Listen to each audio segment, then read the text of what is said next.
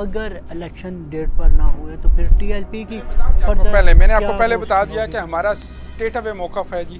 ہم روڈز پہ آتے ہیں اور روڈ پہ جب ہم آتے ہیں تو پھر ہم آتے ہیں. ہم کوئی جو ہے وہ دنیا کو پتہ ہے کہ وہ 126 دن کا دھرنا مجروں والا نہیں ہوتا. وہ طریقے لبیک کے جب شہزادے آتے ہیں روڈوں پہ تو وہ بتاتے ہیں کہ ہم کس کی خاطر نکلیں. یہ وہ اب ملک کی خاطر نکلتے ہیں. مہنگائی کی جب خاطر نکلتے ہیں تو وہ کراچی سے لے کر وزیر آباد تک جیلم تک وہ آتے ہیں مارچ کی صورت میں. اور پھر پیٹرول جو ہے وہ حکمرانوں کو اسلام آباد میں بیٹھے ہوں کو سستا کرنا پڑتا ہے. جب وہ آتے ہیں بابا جی کی قیادت میں فیض آباد تو پورا جو ہندوازم کا یا جو یہ گھٹیا لوگ جو قادیانیوں کو سپورٹ کر رہے تھے, یہودی لابی کو سپورٹ کر رہے تھے, ان کے دیواریں ہل جاتی ہیں اور ان کو مجبوراً اس سٹیپ سے پیچھے ہٹنا پڑتا ہے جو وہ کر چکے ہوتے ہیں. تو الحمدللہ جی جب ہم آئیں گے تو پھر ہم آئیں گے. ڈاکٹر صاحب کریڈٹ لیتے ہیں پیٹرول سستا ہونے کا؟ نہیں لیتے ہیں کہ نہیں لیتے ہیں ہم کریڈٹ لیتے ہیں. لیکن دیکھیں نا اب وہ آپ اس کے بعد یہ پوچھیں مجھ سے کہ اب مہنگا ہو گیا ہے تو میرے بھائی میرا لاسٹ بھی میں کہیں انٹرویو دے رہا تھا کل پرسوں, تو میں نے ان کو کہا کہ ہم کس کے خلاف احتجاج کریں؟ کاکڑ صاحب کے خلاف کریں. یہ میری اور آپ کی ایک انٹرویو پہلے اس حوالے سے بات ہو چکی ہے. کاکڑ صاحب سے کیا ایکسپیکٹ کر سکتے ہیں؟ ان کی سیلفی دیکھی ہے آپ نے وہ جو اقوام متحدہ میں جا کے یہ میں ہوں اور یہ میری پارٹی ہو رہی ہے. ان کو تو پارٹی چل رہی ہے ان کی, وہ تو چاہتے ہیں الیکشن لیٹ ہوں. اور کاکڑ صاحب آپ کو پتہ تھا, مجھے پتہ تھا, اور ویسے بھی ہمارے یہاں وزیر اعظم کی وقت ویلیو نہیں ہوتی تو بڑی معذرت کے ساتھ ان بیچاروں کی نگران وزیر اعظم کی کیا کس کی ویلیو ہوتی ہے؟ ہمارے یہاں بڑے بھائیوں کی ویلیو ہوتی ہے جو وہ سب کچھ کرتے ہیں اور وہی کر رہے ہیں. اور دیکھیں نا انہوں نے کوشش کی ہے تو ڈالر بھی نیچے آ گئے. تو اب دعا کریں مزید ڈالر نیچے آئے, پیٹرول نیچے. کیا سمجھتے ہیں کہ وہ آپ کی طرف بھی کوئی رجحان رکھیں گے؟ دیکھیں ہمیں ان کے رجحان کی ضرورت نہیں ہے. ہم تو اللہ اور اللہ کے رسول کی طرف رجحان بنائے ہوا ہے. ہمارا رجحان ہی وہ ہے. ہمیں اللہ اور اللہ کے رسول کی ضرورت ہے جی. ہمیں اس قوم کو بتانا ہے کہ آپ کے پاس آخری حل صرف ایک ہے اور وہ حل ہے اسلام کا نفاذ, شریعت کا نفاذ, اصل معنوں میں اسلامی ریاست. ایسی اسلامی ریاست نہیں جس میں اس کا لیڈر آ کے مجرے کروائے لڑکیوں سے, اس کا خود لیڈر سیتا وائٹ کے کیس میں پکڑا جائے. ایسی اسلامی ریاست نہیں وہ کسی نانی کو پھنسا کے سیٹ کر کے پھر آ کے تیسری چوتھی شادی کرے. ایسی جو ہے مدینہ کی ریاست نہیں جس میں وہ سود کی بات کرے. ایسی مدینہ کی ریاست میں نہیں جس میں 14 کروڑوں عوام پہ وہ عثمان بزدار سیٹ کر دے. ایسی مدینہ کی ریاست نہیں جب عامر کیانی جو ہے وہ 2 ارب کے فراڈ میں پکڑا جائے تو اس کو جو ہے وہ ریلیف دے دے. ایسی مدینہ کی ریاست نہیں چاہیے ہمیں جس میں گیزم کی بات ہو, لبرل ہونے کی بات ہو. ایسی مدینہ کی ریاست ہمیں نہیں چاہیے جس میں پہلے آرمی چیف کو ابو مانو اور پھر ابو کوئی اور چینج کر لو. مطلب اس طرح کی ہمیں مدینہ کی ریاست نہیں بنانی. ہمیں صحیح معنوں میں حضرت عمر فاروق رضی اللہ تعالیٰ عنہ کے جو اصول تھے, جو ان کا طرز حکمرانی تھا, اس کے مطابق ہمیں شریعت کو جو ہے نافذ کرنا ہے اس ملک پر. اور رافع میرا ایمان ہے, میرا عقیدہ ہے. میرے قائد محترم حافظ سعد حسین رضوی کی قیادت میں انشاءاللہ ایک دن آئے گا جب میری جماعت اسلام آباد میں بیٹھی ہوگی بطور حکمران اور میرا پورا دیش جو ہے اس میں انصاف ملے گا. میرے پورے دیش میں نوجوانوں کو نوکریاں ملیں گی. میرے پورے دیش میں ہر غریب کو اس کا حق ملے گا. میرا دیش بھی دودھ کی نہریں صحیح معنوں میں بہائے گا. اس میں کروڑ نوکریوں کا لولی پاپ نہیں ہوگا. اس میں 50 لاکھ گھروں کا لولی پاپ نہیں ہوگا. اس میں میرا قائد اگر جمعے کے خطبے میں کھڑا ہو کے بول دے گا کہ میری عوام گھاس کھائے, میں نے IMF کے پاس نہیں جانا, تو میرے لوگ مانیں گے. اور انشاءاللہ صحیح معنوں میں شریعت کا جس نے نفاذ ہو گیا اس ملک میں ویسے ہی دودھ کی نہریں اور شہد کی نہریں بہہ جانی. بالکل جی. اور شریعت کا نفاذ تو کسی بھی ملک کے اندر بہت انتہائی ہے. اور جب آپ ہم اسلامک ملک تو بہت زیادہ پاکستان, جب ہم اس کو کہتے ہیں نا, جب ہمارا ملک بنایا گیا نا, یہ واحد ملک تھا. آپ کا سعودی عربیہ بھی اسلام کے نام پہ نہیں بنا رافع.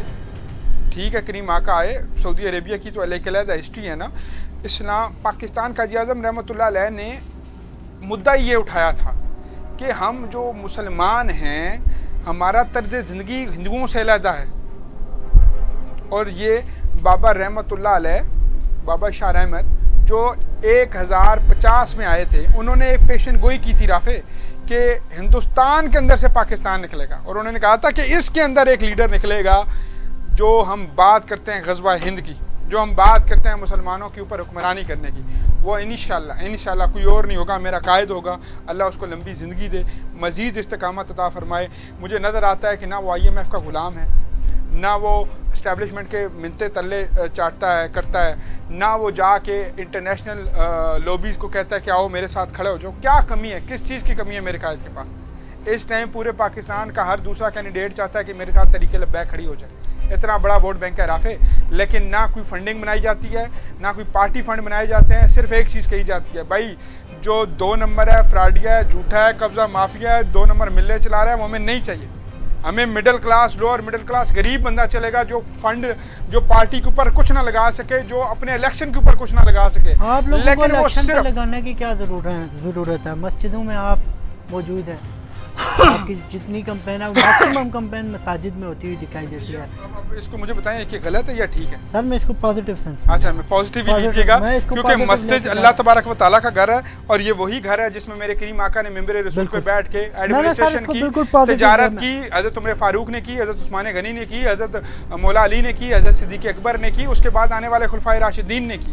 اور میں اس مسجد کے ممبر کو اسی طرح سمجھتا ہوں جس طرح یہ کریم آقا نے جتنی حرمت بیان کی نا. خطبہ آخری خطبہ کریم آقا کا سنیں آپ، اس کے بعد XYZ بڑی ساری تقریریں جو خطبے کے اوپر اس ممبر رسول پہ ہوئی نا، تو وہ ہمیں صرف یہ نہیں سکھایا گیا کہ روٹی کی کھانی تو بہنا کیجیے. ہمیں یہ بتایا گیا، ہم نے تو مولوی کو سمجھ لیا نا کہ نکاح کے لیے ہے، فوتکی کے لیے ہے، جمعرات کے لیے ہے، چالیسویں کے لیے ہے، لیکن اصل ماننے میں جو دین کا نالج رکھتا ہے وہ آپ کے ایڈمنسٹریشن کے لیے ہے، وہ آپ کے کاروباری معاملات کے لیے، وہ آپ کو اچھا بتا سکتا ہے کہ سود کیا ہے اور حرام کیا ہے. اس طرح کی 110 چیزیں اور ہیں جو اچھا علامہ ہو وہ آپ کو بتا سکتا ہے. لیکن رافع میں آج آپ کے چینل کے توافر سے ایک بات کلیئر کرتا چلوں کہ ہمارے جو قائد محترم ہیں انہوں نے صرف علماء کرام میں ٹکٹ نہیں بانٹے، اچھے وکیلوں کو بھی ہم نے ٹکٹ دیے، اچھے بیوروکریٹس ریٹائرڈ کو بھی ہم نے ٹکٹ دیے ہیں، اچھے سنیں میں بتاتا ہوں، اچھے ہم نے کاروباری حضرات کو بھی ٹکٹ دیے ہیں، اچھے باہر سے لوگ آئے ہیں ہمارے پاس جو اوورسیز پاکستانی تھے ان کو بھی ہم نے